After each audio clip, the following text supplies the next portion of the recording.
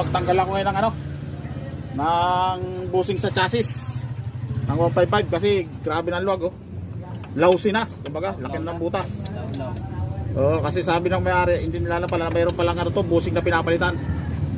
Ayun, tatanggalin ko. Gusto niya makita kung paano ko daw tanggalin.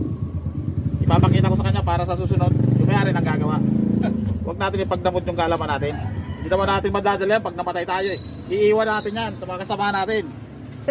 Kaya lahat ng mga mekaniko dyan, yung natutunan nyo, pambigay nyo na. Panoorin nyo yan para matanda. Panoorin nyo lang. Basta yung mga desidido lang na matuto. Yan, tingnan natin. Ganito yan Ayun na, lumabas na. Lumabas na. Nabidyohan ba? Nabidyohan? Ayan Ayan na, lalabas na tumansik na. Ganun lang ang tanggal. Milansik na. Di ba? Tapos, steel bushing yan ito. Ganito lang bibilin mo. Steel bushing, no? Ito yung chassis bushing na tinatawag. Yung isa kasi swing arm bushing yung binili mo. Swing arm. Ito yung sa chassis. Yan.